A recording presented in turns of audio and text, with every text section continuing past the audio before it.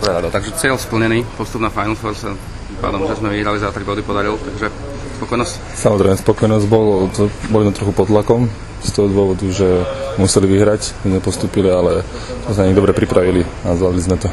Ty zažívaš v reprezentácii v podstate krst, prvé zápasy, takže už sú postupne, bol to myslím, že teraz 10. alebo 11. zápas, takže sa cítiš stále lepšie a lepšie, sebavedomie.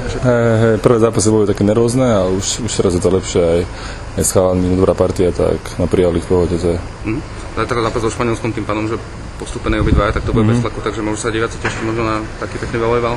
No to dúfam, že tak to bude, že to bude bez tlaku a že bude dobrý volejbal. Jasné. Neviem, či si minulý rok sledoval to finále. Sledoval. Takže to je repríza v podstate, repríza v finále, jasné. Však my vyhrali aj minulý rok, tak dúfam, že sa to zopakuje. Na Final Four už je istá tá štvorica, takže sú tam Holanďania, Turci, my a Španieli. Máš aj niekoľko, by si prijal možno do semifinále? No tak určite tých Turkov, ale tí Holanďania sú celkom dobrí, som pozeral pár zápasov a uvidíme. Neviem, aký je tam žreb, alebo jak to je. No asi oni vyžrebujú semifinále a potom to bude super.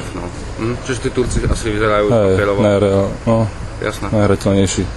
Cieľ je splnený, ale určite chcete viac aj na tom Final Four dosiahnuť. Chceme, ideme si po medailu určite. Jasné.